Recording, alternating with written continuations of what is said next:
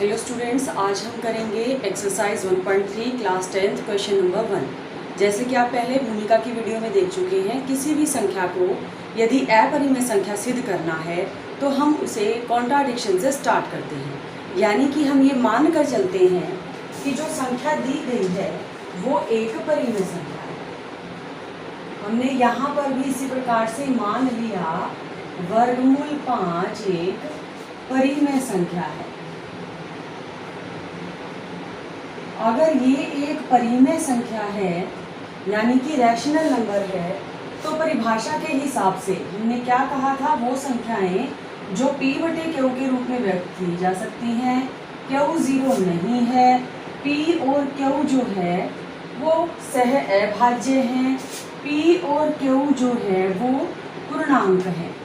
ये सभी बातें हमने इसमें लिख दी। जो परिभाषा है परिमेय संख्या की, उसकी मदद से हमने ये लिख दिया। यदि ऐसा होता है, क्या वो इस तरफ आ गया, इधर आकर ये गुना हो गया। अब हमने दोनों तरफ वर्ग ले लिया। दोनों तरफ वर्ग करने पर, जब हम दोनों तरफ वर्ग करते हैं तो इन संख्याओं के वर्ग से हमें क्या प्राप्त हो जाता है, 5 के स्क्वायर p स्क्वायर के बराबर है। अब ये p जो है, p और q सह अभाज्य थे, यानी p गुना में p के वर्ग का मतलब क्या है, p की p से गुणा हो रही है। इधर तो सिर्फ p मौजूद है, तो ये 5 अगर इसके फैक्टर में है लेफ्ट साइड में, तो किसी ना किसी p को भाग कर रहा है।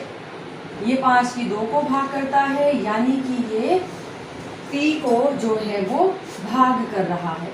यदि ऐसा है तो हम p को किसी पूर्णांक की मदद से लिख सकते हैं। यदि ऐसा है तो हम p को किसी पूर्णांक की मदद से लिख सकते हैं। अब यही मान जो हमने यहाँ पर लिया है, इसको हम लेकर चलते हैं।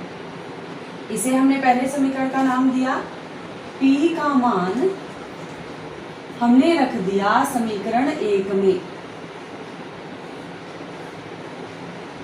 समीकरण 1 में p का मान रखने पर हमें क्या मिल जाता है, हमें मिल जाता है 5q स्क्वायर और यहाँ पर है 5m और इसका पूरे का वर्ग। जब हमने राइट साइड का वर्ग खोल दिया तो ये संख्या मिल गई, भाग कर दिया तो हमारे पास ये संख्या आ गई। अब इसी तरह से जो पहले वाला हमारा अंक है 5, अब वो किसको भाग कर रहा है, प्रमेय के हिसाब से हमने जो थ्योरम की हुई है उसके हिसाब से ये q को भाग करता है। यदि ये q को भाग करता है तो q को भी लिखा जा सकता है 5 की मदद से, जहां पर n कोई पूर्णांक है। ये हमारे पास दूसरा समीकरण आ गया। ये दो समीकरण हो गए। एक बार हमने कहा p 5m है, एक बार हमने कहा q 5n है। लेकिन इन दोनों से हमें क्या पता लगा कि p और q के लिए 5 उभयनिष्ठ है, क्योंकि हमने पहले और दूसरे समीकरण को आपस में तुलना करके कंपेयर करके देखा है। जब हमारे पास ये आ गया, लेकिन ये तो कैसा है, विरोधाभासी है। विरोधाभास यानी हमारी ही कल्पना के, हमारी ही अवधारणा के खिलाफ है, क्योंकि हमने क्या माना था कि p और q परिभाषा के हिसाब से एक के अलावा कोई भी इनमें उभयनिष्ठ अंक नहीं है। और यहाँ पर हमें उभयनिष्ठ संख्या क्या मिल गई है, 5। तो ये बातें दोनों एक दूसरे के विरोधाभासी हैं। एक बार फिर से ध्यान देंगे, हमने क्या किया, जो संख्या अपरिमेय सिद्ध करनी थी उसको परिमेय ले लिया, यानी कि रैशनल नंबर उसको ले लिया। अब बाय डेफिनेशन हमने लिया कि वर्गमूल 5 क्या है, p बटे q 0 नहीं है, p q के बीच में एक के अलावा कोई उभयनिष्ठ नहीं है, p q जो है वो पूर्णांक है। ये सारी बातें परिभाषा की वजह से हैं जो हमने परिमेय की ली है। जब हमने ये ले लिया तो ये इधर आकर के गुना हो गया लेफ्ट साइड में, दोनों तरफ वर्ग कर दिया। अगर p स्क्वायर इधर चल रहा है तो 5 p स्क्वायर को भाग करता है, यानी किसी ना किसी p को ये भाग कर रहा है। अगर इसका एक गुणनखंड 5 है तो हम इसको लिखेंगे 5m। m एक पूर्णांक है, इसी को मान रख दिया हमने इस समीकरण के अंदर।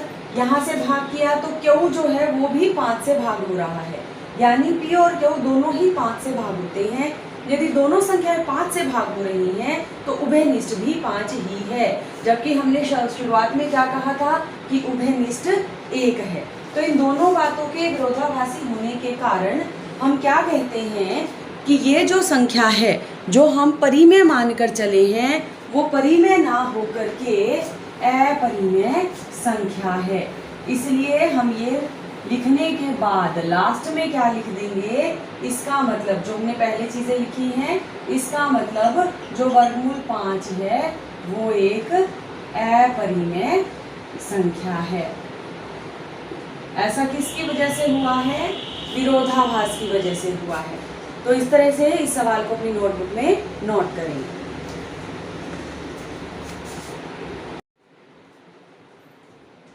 अब देखते हैं इसी प्रश्नावली का दूसरा सवाल। इसमें हमें सिद्ध करना है कि 3 जमा 2 वर्गमूल 5 ये एक अपरिमेय संख्या है। फिर से हम ये सभी सवाल कहाँ से शुरू करते हैं? दी हुई संख्या को परिमेय मानकर हमने मान लिया कि ये एक परिमेय संख्या है। अगर ये परिमेय संख्या है, फिर से हमें परिभाषा लगानी है। ये किसके बराबर है? P बटे Q, जो कि सह अभाज्य है, Q 0 नहीं है। P और Q जो है वो पूर्णांक है। हमने परिभाषा लगा दी। अब इसके बाद हमने क्या किया? जगह बदल दी 3 की।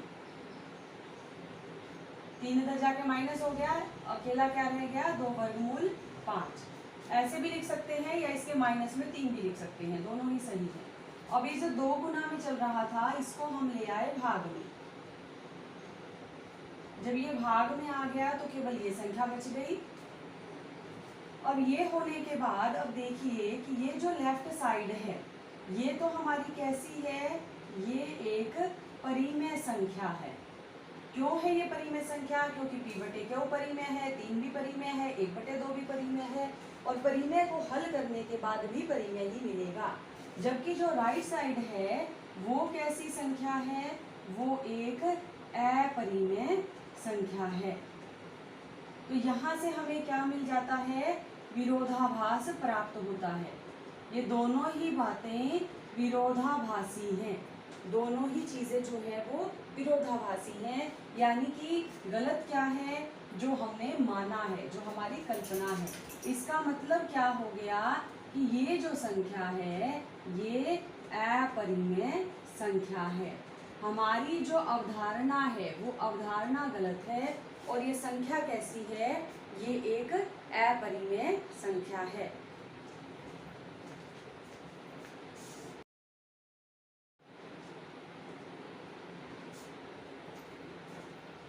अब करेंगे प्रश्नावली 1.3 का तीसरा सवाल। जैसे कि आप बोर्ड पे देख पा रहे हैं, हमें सिद्ध करना है जो दी गई संख्या है वो अपरिमेय है।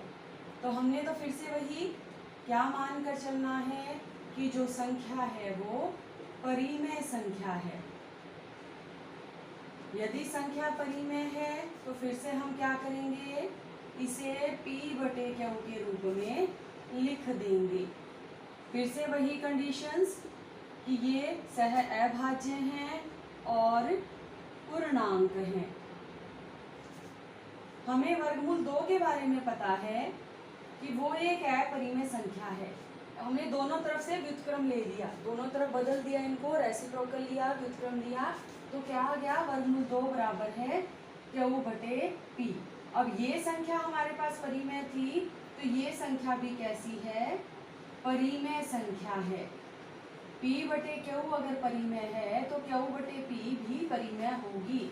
जबकि वर्गमूल 2 कैसी संख्या है? ये एक अपरिमेय संख्या है। इस तरह से हम देखते हैं कि अपरिमेय संख्या परिमेय के बराबर आ रही है। ये संभव नहीं है, इसलिए ये दोनों बातें कैसी हैं? विरोधाभासी हैं। यदि ये बातें विरोधाभासी हैं तो गलत क्या था जो हमने माना था? यानी कि परिमेय मान लिया था, वो परिमेय ना हो करके कैसी संख्या है? अपरिमेय संख्या है। इन प्रश्नों से कई बच्चों को बहुत मुश्किल लगती है कि बहुत बातें लिखी जा रही हैं, लेकिन अगर आप परिभाषा को ध्यान से देखें तो सभी सवाल एक ही पैटर्न पर चल रहे हैं। थोड़ा सा समझने की कोशिश करेंगे तो पूरी प्रश्नावली एक ही तरीके की है और हर एक सवाल के होते ही निकल जाता है। इसी तरह से अब उसके बाद हम इसका दूसरा भाग देखें। हमें सिद्ध करना है 7 वर्गमूल 5 के लिए। तो देखिए हमने इसको बदल के लिख दिया है 7 वर्गमूल 5। ये परिमेय संख्या है। अगर ये परिमेय संख्या है तो अब इस पर भी परिभाषा लगा दी। ये भी क्या हो गया 7 वर्गमूल 5 p/q के बराबर है। अब हमने इसको फिर से 7 की जगह बदल दी तो हमारे पास इधर क्या आ गया है 1/7 और p/q। अब फिर से देखिए ये संख्या परिमेय है और ये अपरिमेय है। ये दोनों बातें विरोधाभासी हैं। इससे हमें क्या पता लग गया कि हमारा मानना गलत है और 7 वर्गमूल 5 जो है वो भी एक अपरिमेय संख्या है। सिर्फ वही शब्द हैं, वही परिभाषा है, उसी तरह से कंपेयर कर रहे हैं। अंकों का, संख्याओं का अंतर आ जाता है, तरीका वही रहता है। अब इसी तरह से इसको तीसरे भाग को देखेंगे। अब हमें यहाँ पर क्या लिख देना है इस संख्या की जगह पर 6 जमा वर्गमूल 2। अब यहाँ से फिर से हमें वर्गमूल वाली संख्या को अकेला कर देना है। 6 ने जगह बदल ली, इधर आकर के माइनस हो गया। जब ये इधर आकर के माइनस हो गया तो ये हमारे पास संख्याएं कैसी आ गई। ये जो संख्या है ये संख्या 2 वर्गमूल अपरिमेय है और ये जो संख्या है ये परिमेय संख्या है। परिमेय में से कुछ भी परिमेय संख्या घटाएंगे तो जवाब भी परिमेय ही होगा। ये दोनों बातें फिर से विरोधाभासी हैं। तो इसका मतलब क्या हो गया, जो संख्या हमने ली थी यानी 6 जमा में वर्गमूल 2 वो परिमेय ना होकर के अपरिमेय संख्या है। इस तरह से हमने आज 1.3 प्रश्नावली के तीनों सवाल देखे। किसी को कोई भी शंका है, कोई बात समझ नहीं आ रही तो कमेंट कर सकते हैं या फिर मैसेज करके भी पूछ सकते हैं। इसे अपनी नोटबुक में कंप्लीट कर लेंगे।